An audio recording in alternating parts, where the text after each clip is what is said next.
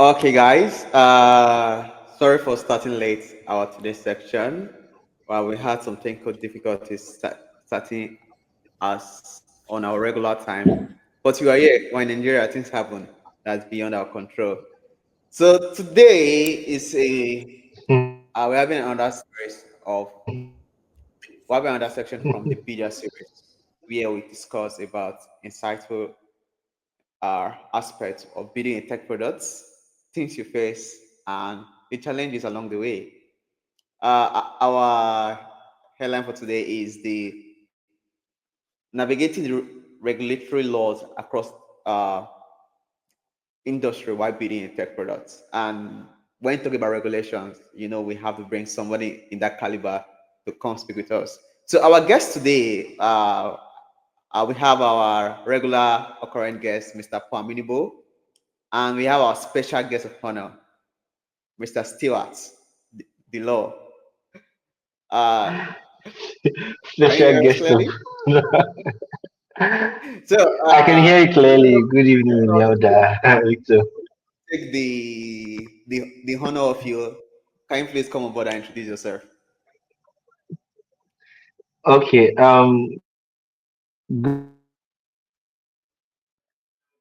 Good evening, Victor. My name is Stewart Siminalai. I'm a lawyer, as he has already said. I I work with tech guys. I work with businesses as a legal practitioner. So I think that's a little much for now. Anything else to Okay. say? And okay. And I think, Mr. Paul, do you want to come on board and give us a shout out before we get started?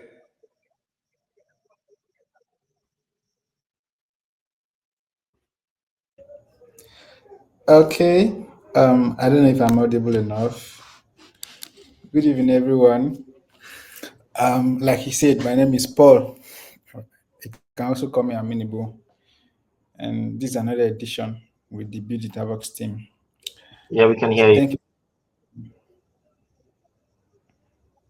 Stay All good. right, all right, all right. I think our last section was quite insightful. All right, we discussed on the basic challenge you face while building a tech product, like the challenges as a founder, what you should put in place before you think of building a tech product. And one of the most frequent and most recurring um, question we got was regulations in tech. I want to build a tech product in this industry. Will face regulations. People complaining, oh, regulations against me building this product, regulation this, regulation that. That is why we deem it worthy to get a lawyer on board our next section. So Mr. Sim will be the one in charge, giving us the hurdle of regulations across various tech industry. So let's get started. So, Mr. Sim, can you give us like a brief overview of the major regulatory challenges we face as tech founders when it comes to building a tech product?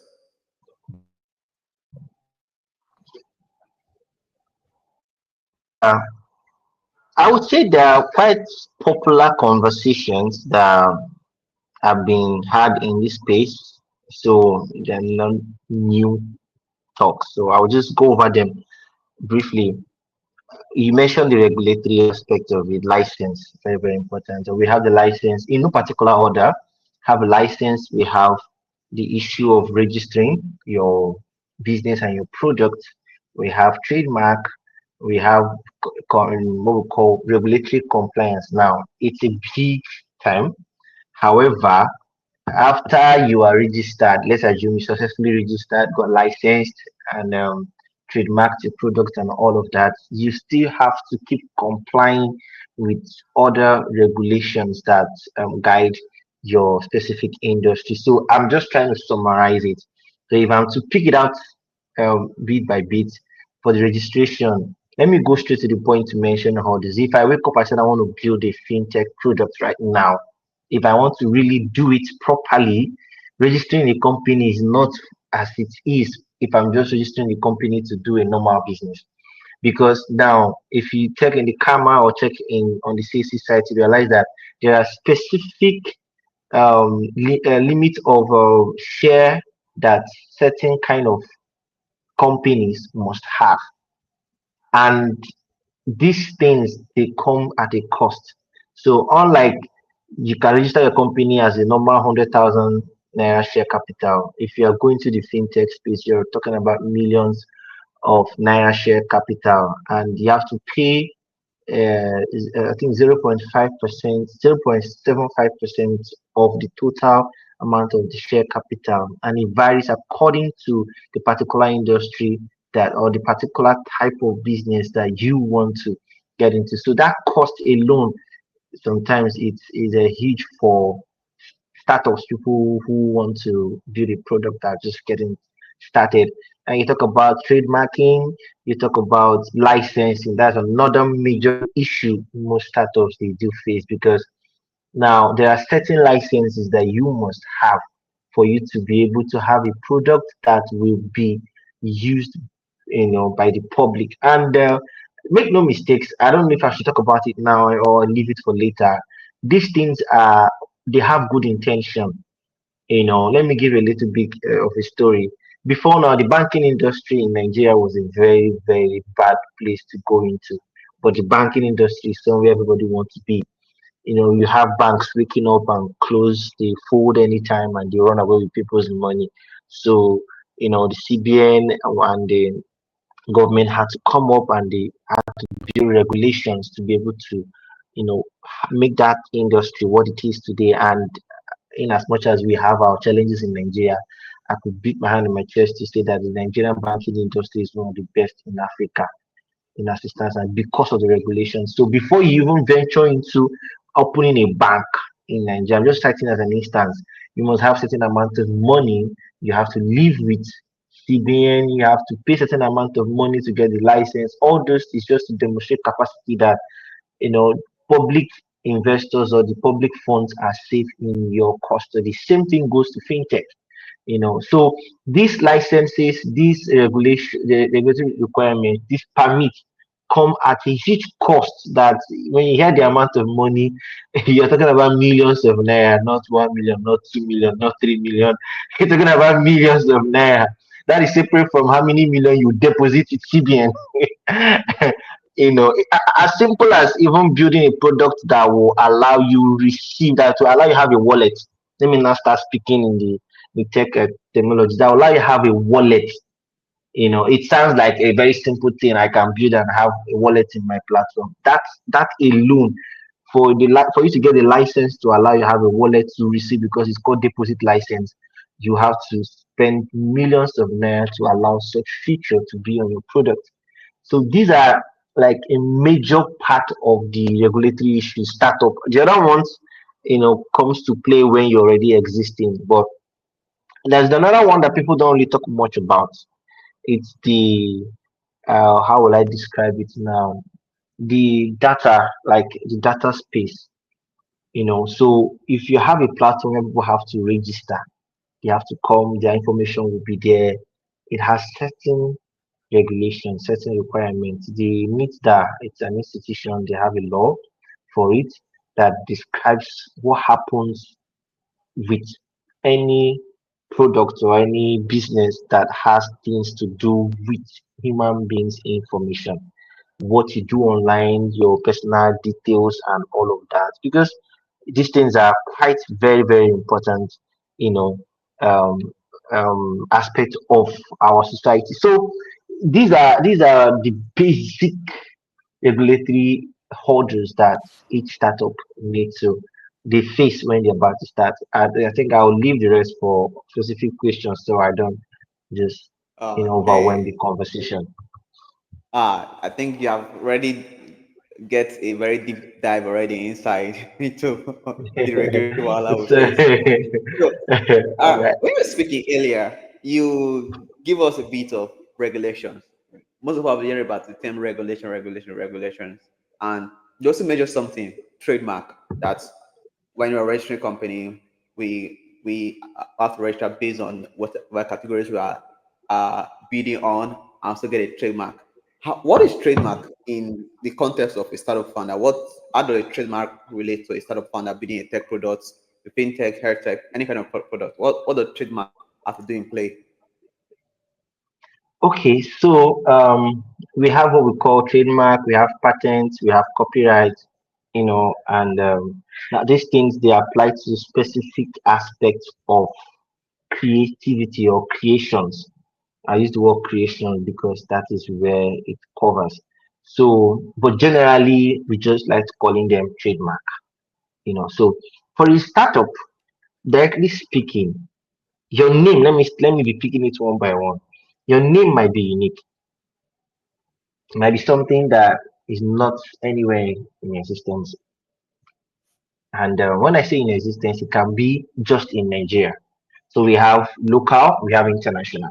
So the way you spelt your name, the way your business is named, however you you wrote your name, the mark associated like your logo mark,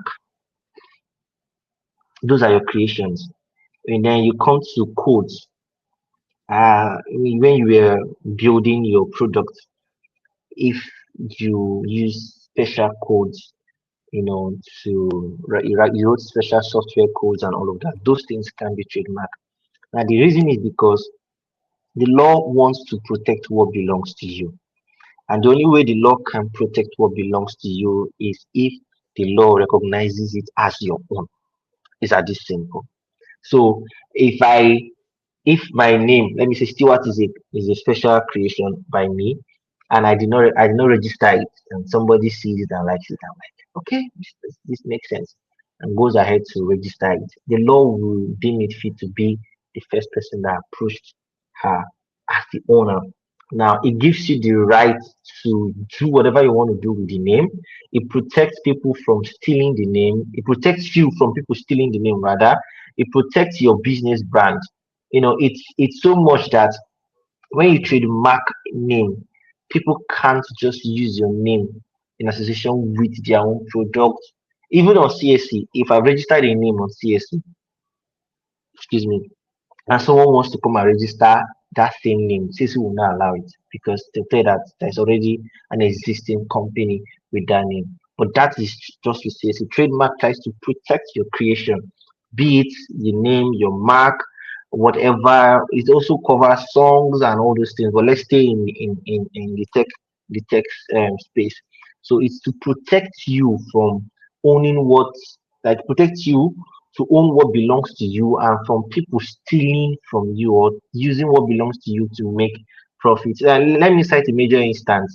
You guys know about Etisalat, Nine Mobile. I don't know if you guys are quite familiar with the story.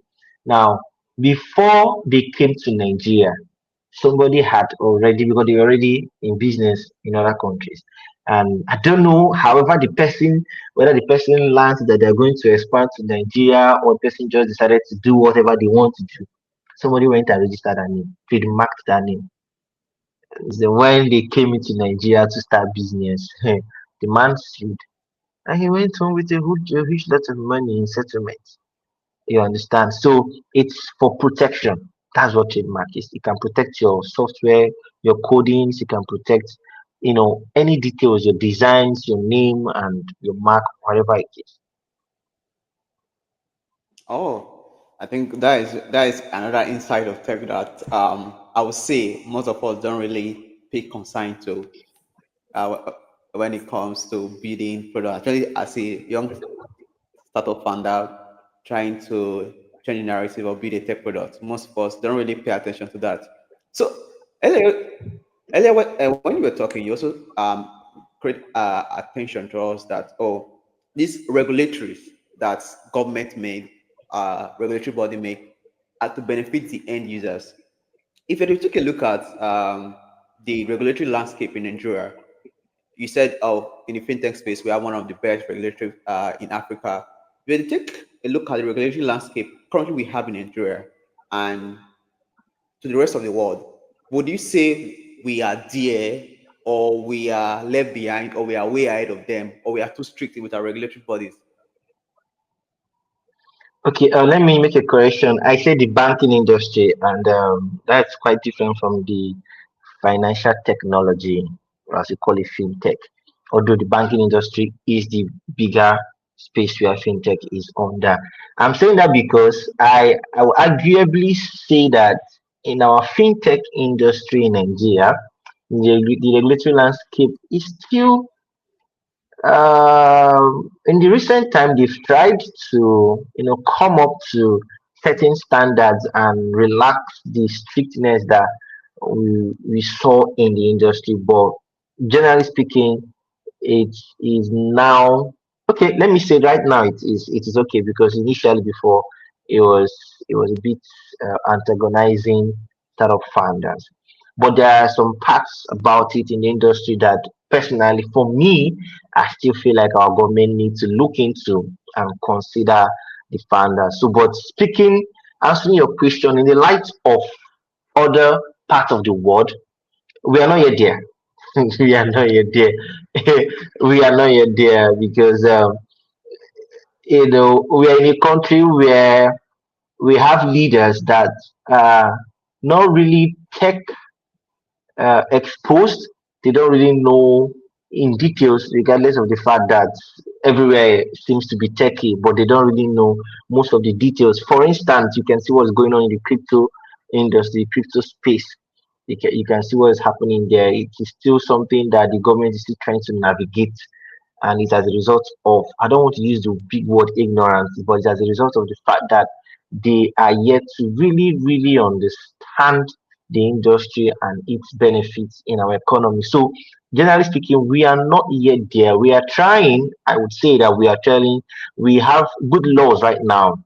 We have a lot of laws that try to protect the end users in the fintech space. That's why you have, when people are complaining about OP, Kuda, they are scared. I just laugh and I tell you that don't worry yourself. Nothing is going to happen. We have AML policies, we have KYC. Recently, I don't know if you guys could remember, in recent times, the fintechs, they announced that they are not onboarding new, they're not doing new registrations anymore. They're holding on to it until further notice. And after a while, they came back and announced that, okay, now they're ready to start registering new persons. Actually, what was happening then was very simple. The CBN directed all fintechs to migrate their let me use something that we can understand. The KYC, their portal is a particular portal, to migrate it to a central place with CBN where they have access to, and that is because they were trying to tighten the KYC. You know what KYC mean? Know your customer. In as much as it's a very popular word, it is very, very important in the fintech space. They did the whole migration and tightened up the system, and now it is a central system where CBN has access to it, and other institutions have access to it. Unlike before, where it is just in the database of each fintech, and it was a bit difficult to fight frauds and other financial crimes which rocked the industry. Most persons wouldn't know a lot of things happened. Recently, say Flutterwave lost over 20 billion naira, you know, and it was a bit difficult for the government to be able to fight this issue because of this whole KYC stuff. It was around that period that this whole thing happened that CBN gave that regulation. So it is in it is they are all designed to protect the end users. And let me say it specifically: if there is no confidence in the system, then that product you're building is of no use. If people are not confident enough to use your product because they know that even while they are sleeping, everything is still safe. When they are sending money, it is going to go. If they have any issues, they could easily resolve it, or they could lay claims and get something back. Then whatever you're building is of no use. So the confidence is needed for that product to thrive, to be adopted by the majority. These are popular things that, as a tech builder, you should understand. So yes, we are not yet there 100% yet, but for the sake of the end users, they are all designed to favor the end users. And I give it up to our government as per the institutions that are directly involved. They are really trying, but it is a stakeholders thing that everybody have to come together to play to strike the balance. Wow. So we have really, really long way to go, but we are trying, according to you. So we most times we hear about regulations. Coming from a tech perspective, right? When we hear of Yeah. regulations, what comes to our mind as a techie is that the government is trying to cut down on our creativity. The government is trying to limit, especially when it comes to the crypto space. Oh, the government is doing this, the government is doing this. Okay. Who actually determine regulations? Who actually creates, oh, I'm entering a new space, a new industry where there's no regulation. Who determine the regulation for that space? And a side question is the government, when government creating regulation, who did they put into consideration? They put, oh, the aspect of a company to encourage innovation, or they put the aspect of the end users to protect the end users. Who are their major concern, or who are their this thing? And I think also I was in Lagos last year when the Meetup Commission was speaking, was saying, oh, we should try and collaborate with the government. Is it the tech companies that collaborate with the company? Like, who determine a regulation in a particular industry when it comes to building a tech products? Okay, let me answer that question into two ways. Now, the right way for regulations to be built in any industry, even if it is totally new in a country, in a society, is what we call a village meeting, like by calling the stakeholders that are affected one way or the other. You cannot tell yourself a lie. You know who and who these things, this particular industry will get to affect. Let me call it. Let me mention crypto for instance. Whether you don't understand it fully, you know that it has to affect the banking industry. It has to affect the fintech. It's going to affect the normal citizen, day to day human being that uses whatever they want to use.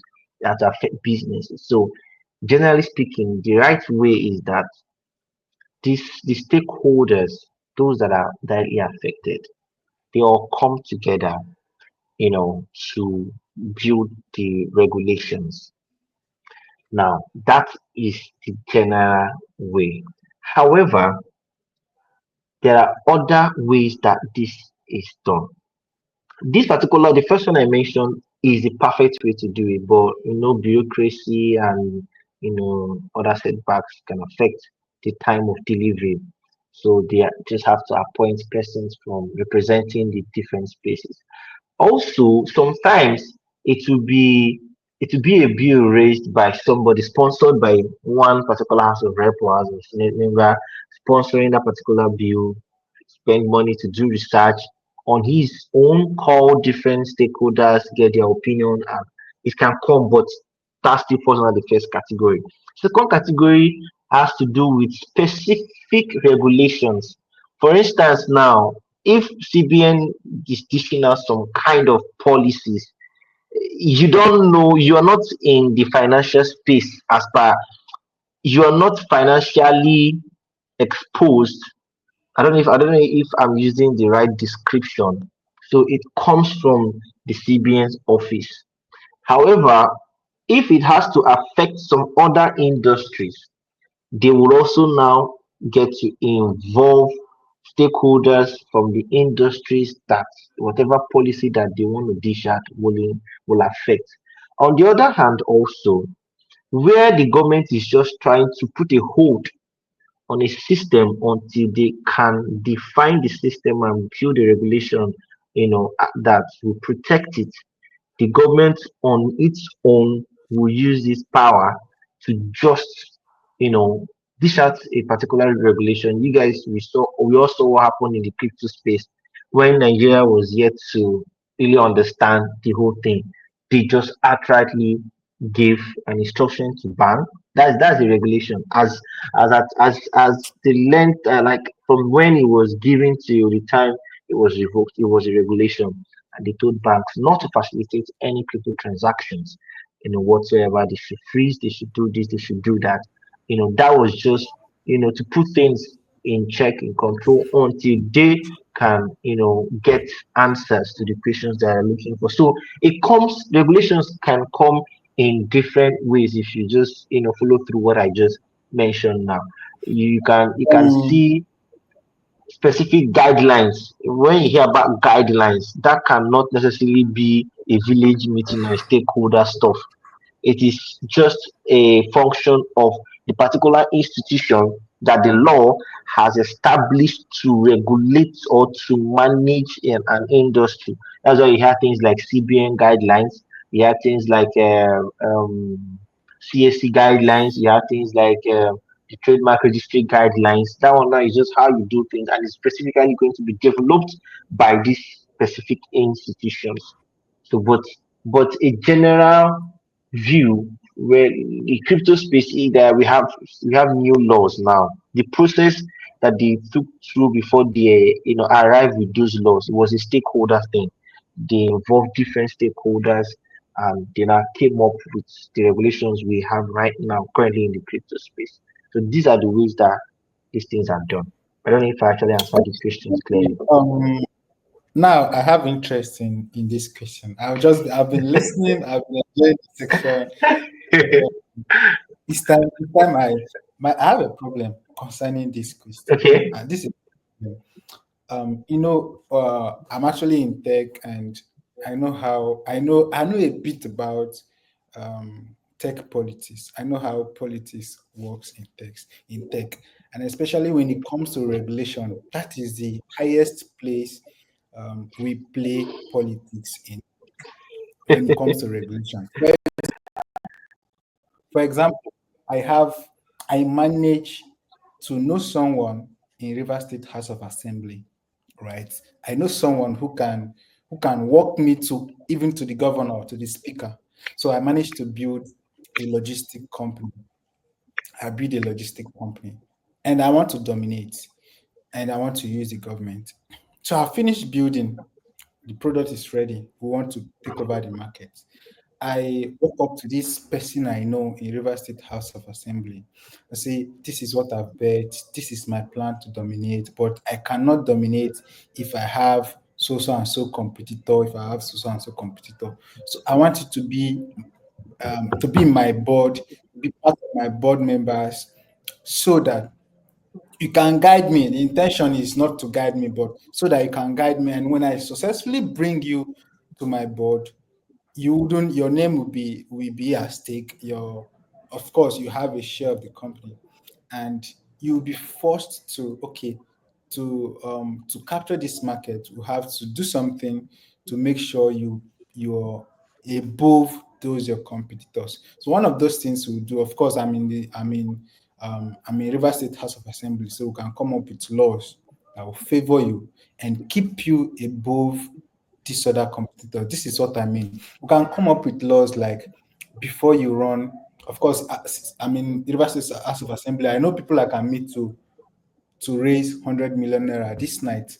So we'll bring a law tomorrow. Okay, tomorrow is Sunday. Monday, you just hear that we'll bring a law that before you launch a logistic company in River State, you must acquire so and so a license that will cost you 500 million naira. You go through this process and through this. This is in quote to make sure the government is able to regulate this industry. The government is able, it's giving the government the opportunity to make sure this logistic company serve the users very well, without risk, without anything, right? So you must deposit a non-refundable 500 million naira to the government. This is a law. The intention of the government is to make sure they use this law, they use regulation to secure lives and property. But we know the politics in it. That law was because one of them is in my board, and I need to stay ahead of my competitors. I'm just saying this. This can be applied in the financial industry. Flutter Wave is a big player, whether I like it or not. Likes of Opay, um, um, Pampay, and all of that. Don't you think these laws, because we actually attempted to build a fintech product, but the cost of acquiring a license chased us away. These guys, they Wow. want, if Opay want to You have launch meant me a fintech to product give you a today, shortcut advice. if But Opay just go wants ahead. to launch a fintech product today, they have 1 billion naira. If the license is 1 billion naira, Opay can. But if someone like me or Victor want to launch a fintech product today, we'll be limited because we don't have access to funds. And even though we have the potentials to run this business, we have all it takes to run this business, but because we cannot afford that license at this point.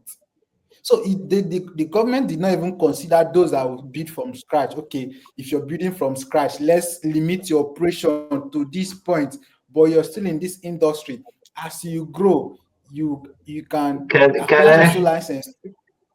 Exactly. Hold on, I'm not Okay, okay. When you're done, I'll come in.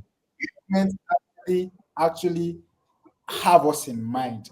This will be the kind of policies they will bring up. But because the big players have already captured the industry, so they will be making laws and regulations based on or regulations to favor the big guys. Because of course, most of them have shares in those big companies.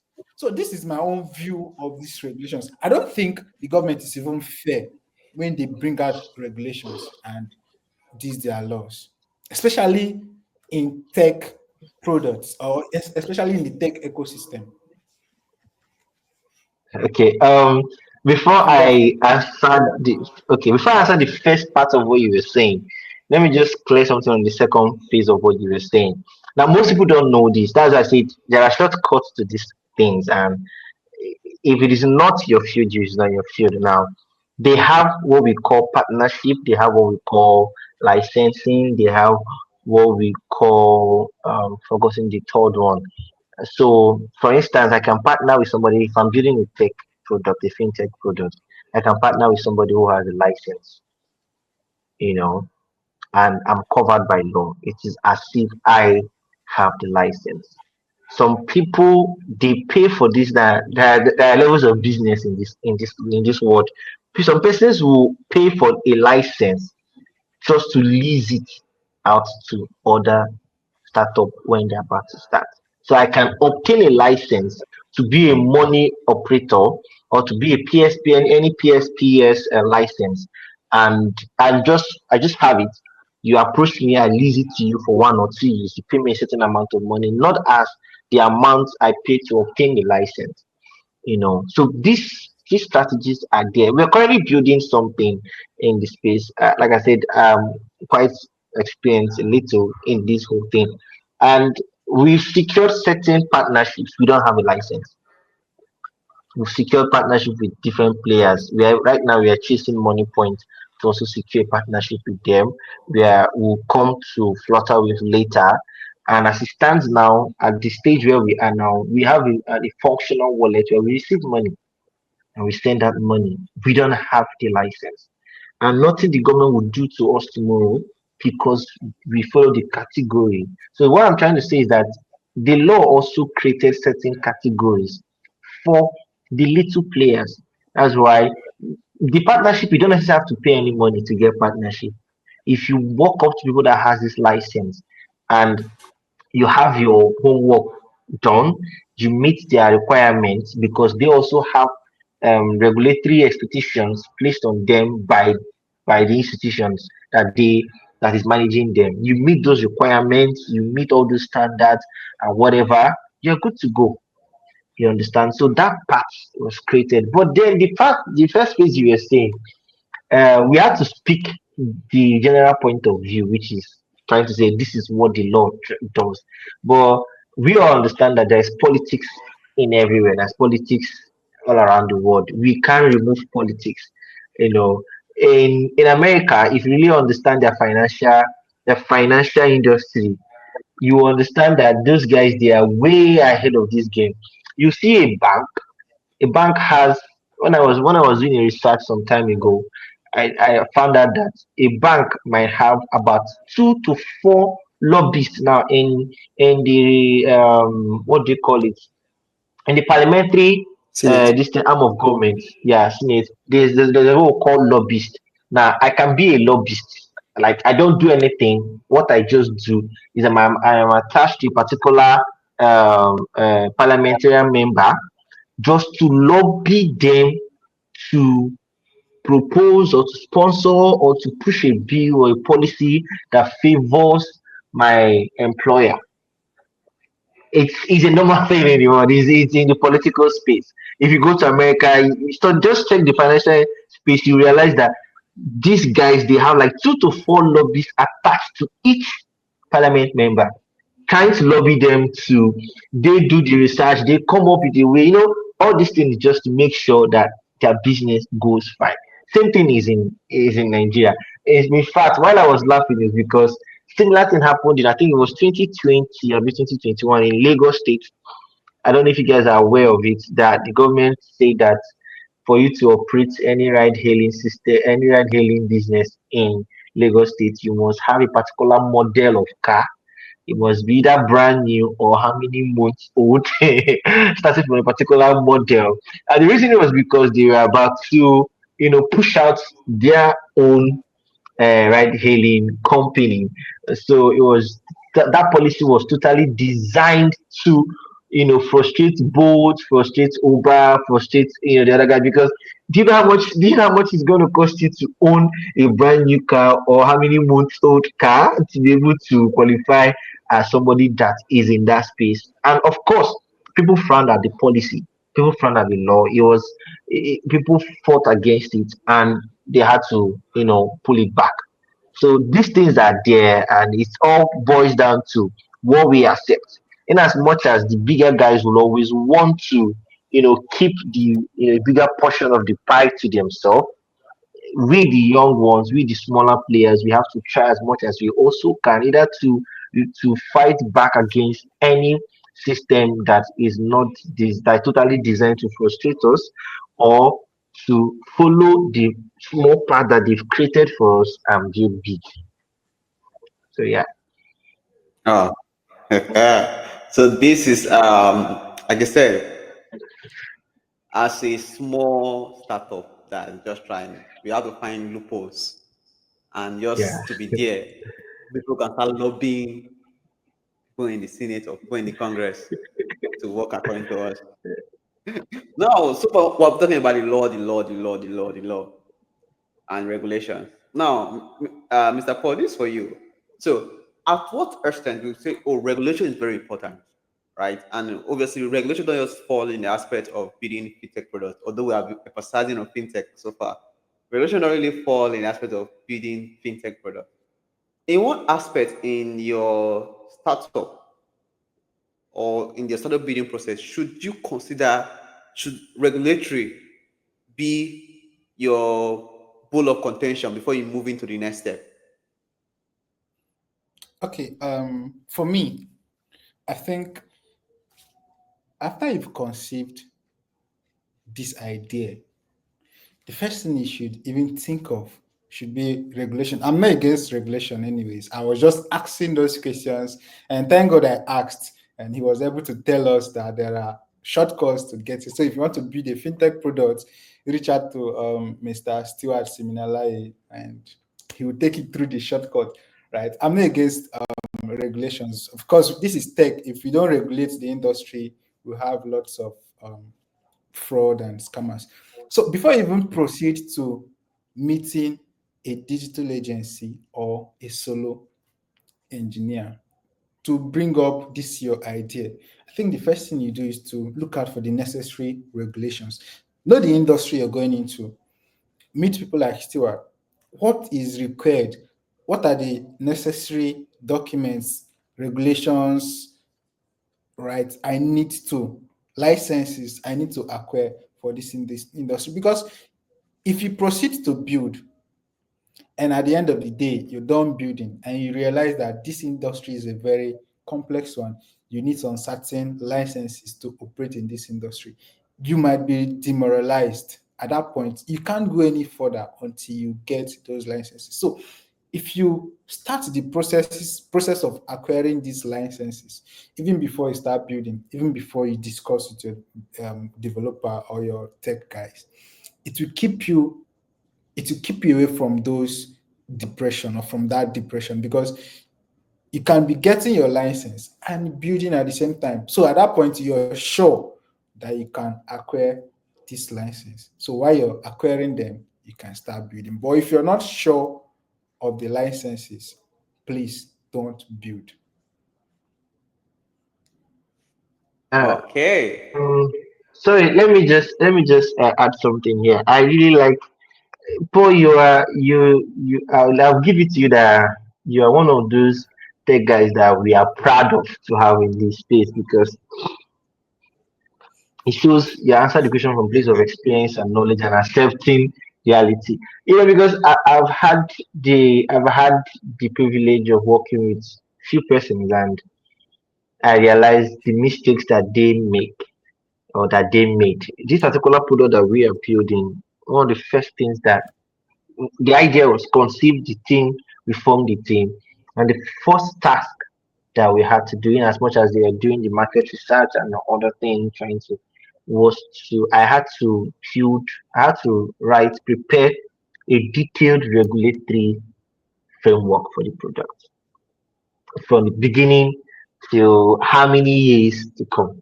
Like at least when we get to after the launch and to like 3 years, you know, regulatory framework that we will have to deal with, and it gave us the insight, not just particular product. Let me use this one specifically. Give us the insights to prepare and build according to these regulations. So take for instance, even if you want to take the shortcut of partnership and you build a product without having these things, without considering these regulatory requirements, and you approach somebody you want an existing license holder you want to partner with, you can't get the partnership, because they are going to look at if you met these requirements. If you spent time building that product and it does not follow suit those requirements, then you can't get the partnership. You're not even needed to pay money, still you can't get a partnership. Same thing goes to one particular part I like talking about. Before even the features that you want to put on your product, the regulatory landscape will advise you, will let you know how you go about it. You understand? So you don't go and put a feature. I'm laughing because these things I'm saying are things I've had to deal with some builders. Some guy wanted to build something in the foreign exchange space, and he had already started building, had gone far, and then he approached us, to I had to, like, it was a serious issue, because he has already put out the features that will put him in problem. And then, like, we're keeping back, like now we're keeping back some features even away from our partners to roll them out later. But this guy had already gone ahead to sell that future and all of that. And he had, at the point, he had an issue because he had something. He started his business with pay in his name, and you dare not go to CAC to register any company that has pay. PAY. You dare not. You must bring what we call approval in principle, and your share capital is going to be very high. So far, there is just P. You do not do anything. You just add P in your name. That's the end of your journey. You understand? And right now, he's having issues with Flutterwave reconciling the name on his product on his site and the name in his. So these are the issues. So, like Paul said, as you conceive the idea, just start seeking legal advice, because it's going to help shape and direct how you move going forward. Okay. I think that was quite intense. So before you start at all, let's get your regulative bodies in check so that you don't fall a victim of being back and forth when your product is already ready. So, so far we have been making insight on fintech. Like I think currently in Nigeria, fintech is one of the most regulated space in Nigeria. But what of when you are bidding for an industry that currently does not have regulation? I can't really come up with one currently. Before currently, the ELE service is being regulated, right? Being part of the predecessor, or being, maybe you're fortunate to be part of the first guys to join the ELE service, and there is no regulation, or there's no regulation in that space. What should be your guideline, or what should be your guiding principle for you not to fall a victim of regulatory bodies when they come in place, so that you be at least one step ahead of them, and you not finally fall a victim to the regulatory bodies in the ending, since there's no regulation in place when you started. Okay, so what happens? Okay, it's called being in business general is called first movers. So what happens in let me see start with let me something that has happened in Nigeria. You look at the crypto space. It was zero regulated. But let me correct something now. There's a way law is, and that is one unique thing about the law. The law is connected, like it's intercepted.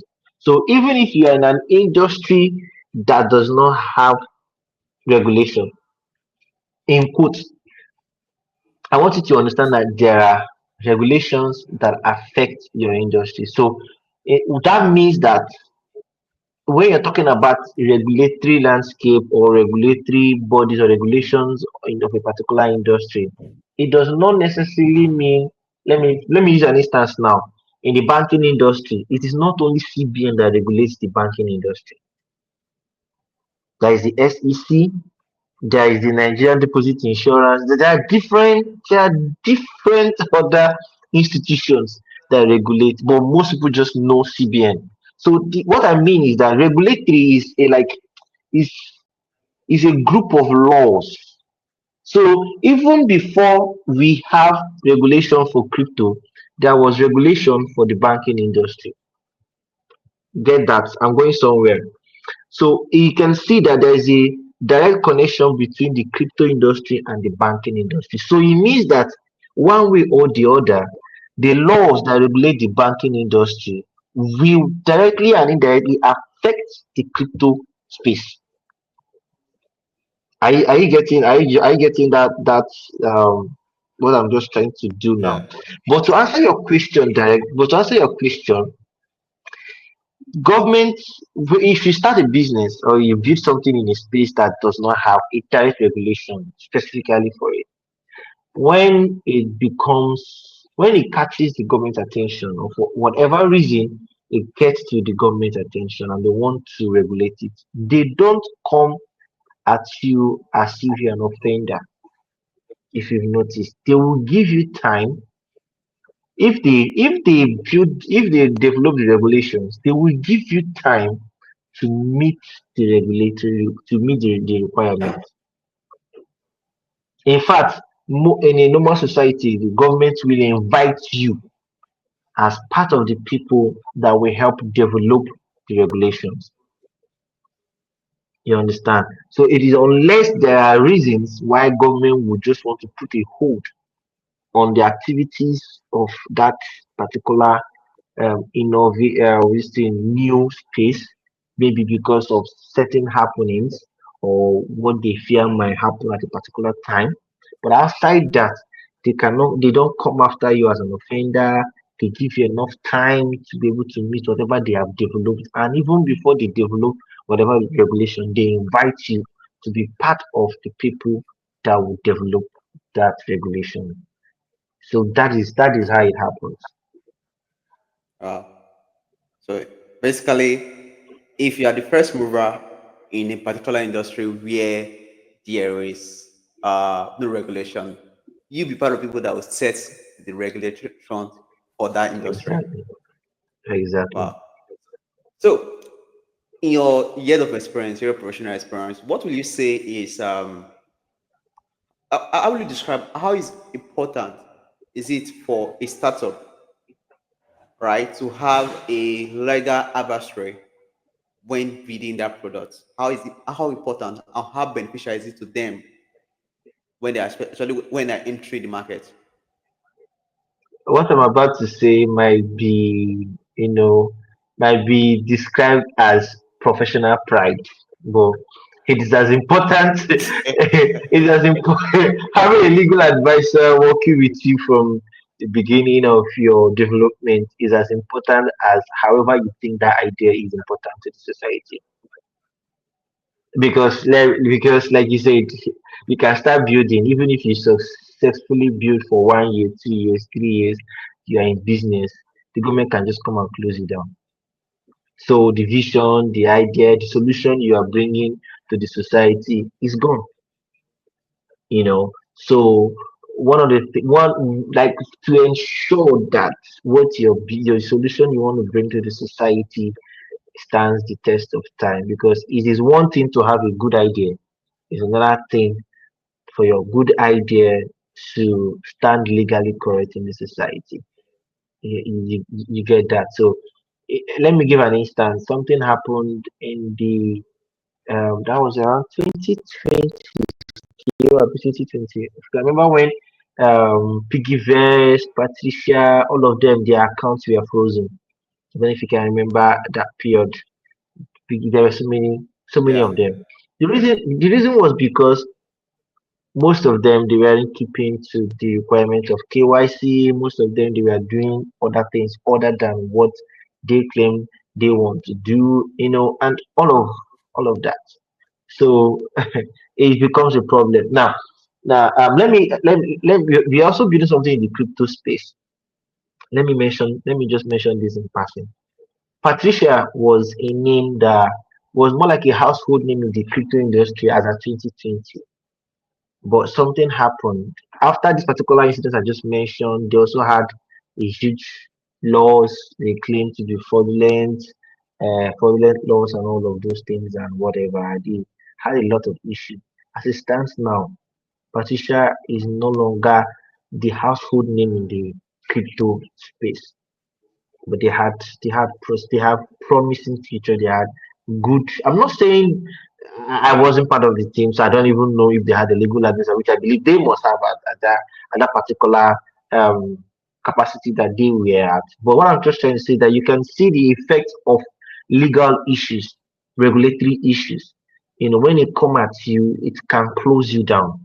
When it come at you, it can, even if you survive it, you might lose the confidence that people had with you. You understand, or had in you rather.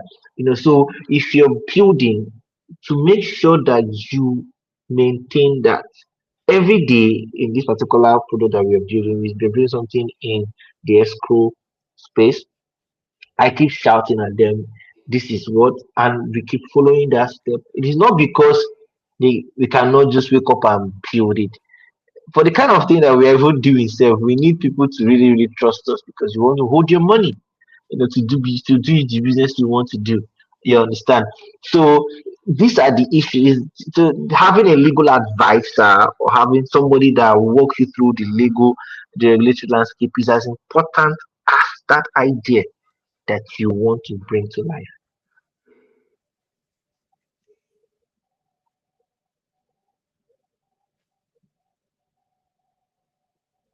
Hello, can you hear me? Mm,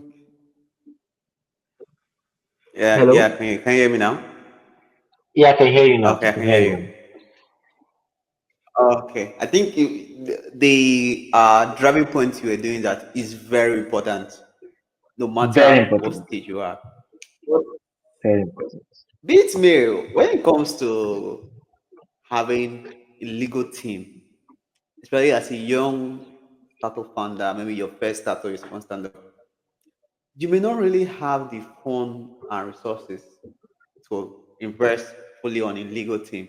What do you think would be the best approach for a startup founder not having the entirety of the resources to invest in a proper legal team? What should be their best approach so that they don't get swooped away by regulatory bodies when they are ready to launch before they start making the money to sponsor the proper legal team?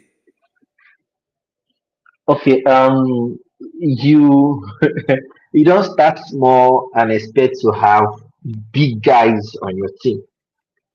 You should also have small guys on your team, just like in your team of developers, you cannot afford to have the best of let me best company to develop your product or to work with you. You have to start with people that can work with you and are ready to do the pay they buy into your vision and are ready to pay whatever sacrifice that comes with it. That is the guide I always tell business people to always have at the back of their heart.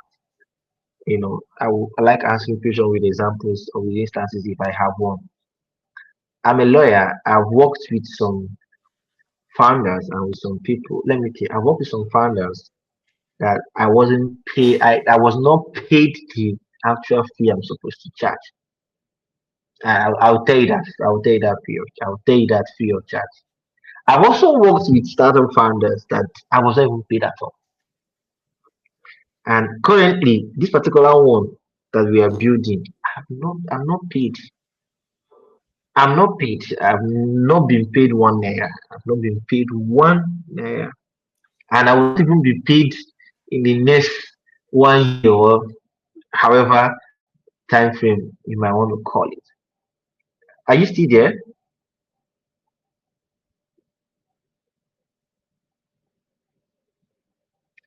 Hello?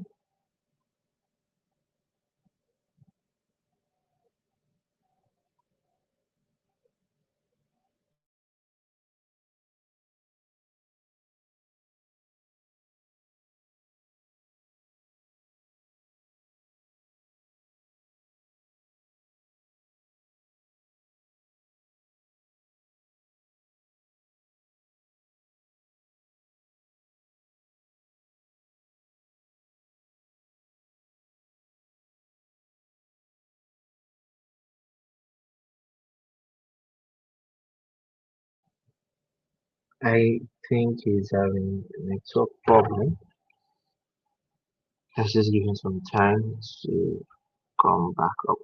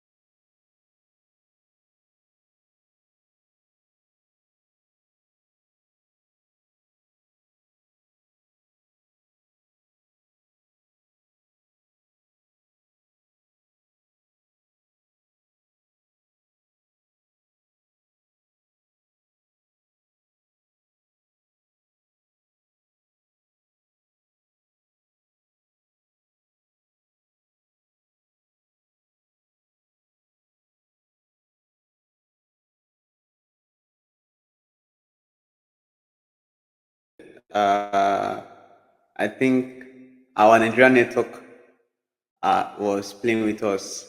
Can you hear me now? Sorry, I can hear you now. I can hear you now.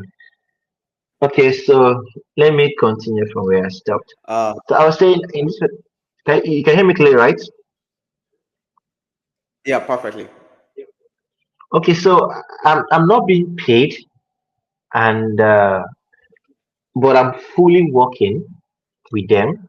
Like I said earlier, I've done that.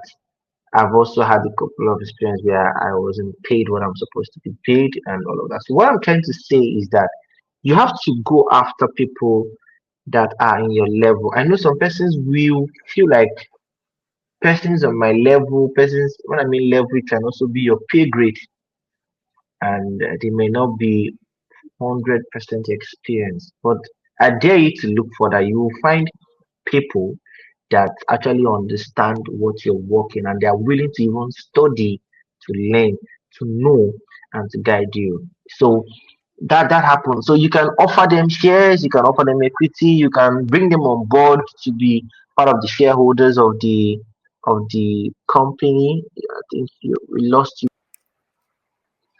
Okay, is it okay now? Yeah. I think it's better. No, we are in Nigeria, and there are a lot of things beyond our control, starting from power, Yeah, uh, network, and the yeah, rest. I think that's it just had a fling. I So I understand. think we're back. So okay, so basically what I was just saying is that you just have to look for people within your grade, your pay grade, and pay grade does not mean you must pay them. It even mean that they are willing to, accept nothing to work with you. Just the fact that they believe in your product, and some person might be willing to accept equity. You can have different arrangements. You can have different arrangements where to get these people on board. So these are how, funny enough, some lawyers are willing to work with you just for the experience sake and not necessarily for the money. Yeah, Hmm. that's another bonus tip I'm putting out there. Some lawyers will be willing to work with you just because of the experience sake.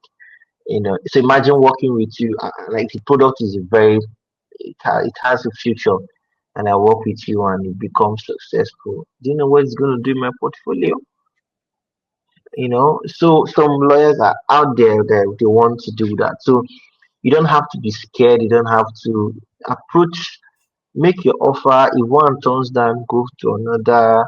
You know, but there are different ways you can have people on in your team. Might just be one person in the meantime, might be more than one, depending on the level where you are at that time.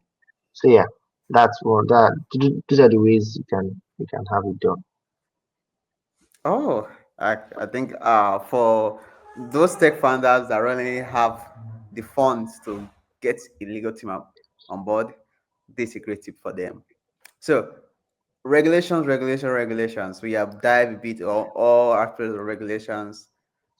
I think all of my parting thing, parting keynote I'm taking away from this our live session today is that regulation is not really coming to harm you as a company or you as a startup. It's just basically to create an enabling environment so that you can grow and service your customer properly. So from your end, as from a legal end as a lawyer, what will be your parting word from for today's section? Wow. Well, different. Let me pick in bits of the things I said randomly. Let me just weave out something. So when you want to build, necessarily you have a lawyer working with you from the word go.